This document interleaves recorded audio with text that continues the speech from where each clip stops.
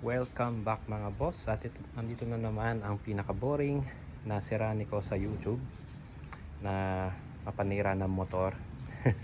But anyway, ito na po yung uh, ating Moto Bosch Pinoy 155. Ayan siya ngayon.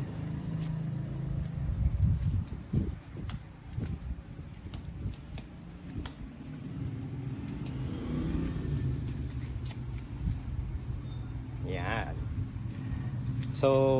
So far, ang mga natatandaan ko na nagawa sa motor na to, dahil medyo madami-dami din. Siyempre nung nakuha natin siya, ang pinakauna natin ginawa is i-car wash muna para at least yung mga dumi-dumi matanggal. Yan. Tapos dinidegrease yung iba, like itong sa lalong-lalo itong sa kadena. Yan. Nung nakuha ko to, sobrang ano niya, punong-puno ng grasa tsaka mga dumi. And ngayon yan, malinis na siya. Yan. Ano sa may looban na malinis-linis na rin yan dyan. So ngayon na nga, gumamit lang tayo ng degreaser para mas madaling tanggalin yung dumi compared sa sabon lang. Tapos sinabayan natin ng pressure washer para mas madaling matanggal yung mga nakadikit na grasa. Tapos ito pala, itong ating shock sa likod, ano lang to nabili ko second hand, pero okay naman siya. Galing ito sa ano actually sa Euro na motor. Yan ang stock na shock ng Euro. Tapos ano pa ba? Itong preno niya sa itong shock niya sa harap, bago na rin. Actually second hand. I mean pinalitan ko lang. Ayan. Ang pininturahan ko na rin para at least ano siya, malinis siyang tingnan. Yung kasing shock niya dati, ano to ano kasing tawag dito? May plane naman siya, taas baba. Ang problema is pag pinipreno mo, kumakaldag dito. So hindi ako masyadong maalam tungkol doon. Nung pina-check ko doon sa kaibigan ko, ang sabi niya is nung sinilip niya sa loob, ang problema is nawawala pala yung ano niya dito, yung fork sleeve. So nag-check kami online kung magkakano yung mga fork sleeve na pares, alright, I mean isang set. Nasa 500 yata, 4 to 500 pesos yung isang set niya. So let's say 500 pesos siya, bumili na lang ako ng second hand na shock. Ito nakuha ko na to 500 lang din, plus syempre yung oras na pagpunta dun sa seller nitong shock. Pero I mean for me mas ano na to, mas practical na pinalitan ko na lang, imbes na bilan pa namin ng ganun, tapos hindi pa sigurado kung pag dumating yung fork sleeve is magiging compatible pa, baka masend sa amin ni seller sa Shopee na wrong yung item or hindi siya para dito sa dating shock nito. Sayang lang yung oras, 'di ba? So might as well binili ko na lang tong part na to, itong shock na to as second hand, and all goods naman siya, and tinesting ko dito, okay naman siya. So di lang ako sure kung anong motor to galing, pero parang galing to sa Russia yata. So kailangan lang medyo dito i-grind ng konti itong banda dito para lang kapit na kapit pati sa may taas niya. I-grind ng konti yun dito para lang kapit na kapit. And ayun, so far ano siya, all good siya, kapit na kapit siya ngayon. So ano pa ba, ayun yung preno dito sa harap tsaka yung preno sa likod, binuksan natin yung hub niya at nilinis lahat, hinugasan ng sabon, I mean dinigreaser, tsaka pinrush para maging malinis yung hub niya tsaka yung mga preno, yung harap tsaka yung sa likod. Para at least hindi dumidikit kasi may tendency kasi kapag sobrang dumi na yung mga preno na yan, kuminsan dumidikit at posibleng maging cause pa ng aksidente. So nilinis na rin natin since pinaklas ko na rin naman na.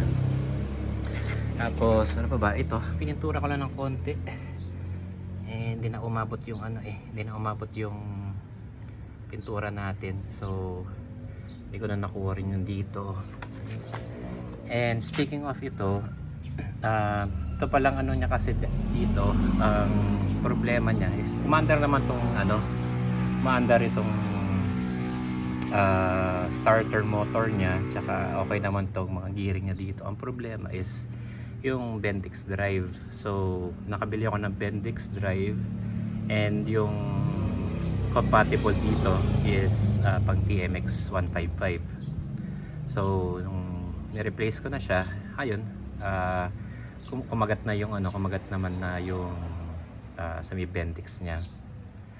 So ano pa ba, yung mga wirings pala nito inayos natin kasi nung una medyo wala siyang ilaw, tapos yung mga signal lights niya ayaw umandar nung una. I mean, kuminsan iilaw lang yun dito, yung sa likod ayaw, ganyan. Basta nagloloko siya. So just to make sure is una chinek ko lahat ng mga bombilya, lahat sila functioning naman. And then pagtingin ko dito pala sa may likod yung wiring niya, hindi nakakonect yung mga wires na dito para sa mga signal lights. So ayun, nagawa natin siya ng paraan. I mean, kinonect lang natin siya and then magwo-work na siya ulit. And ito lang, ni-repair lang din. Kasi dati naka-tape na lang to kabilaan, pareho silang tinape na lang. So inayos natin siya para at least hindi siya pangit tignan kung naka-tape lang, di ba? Ano pa ba? Sandali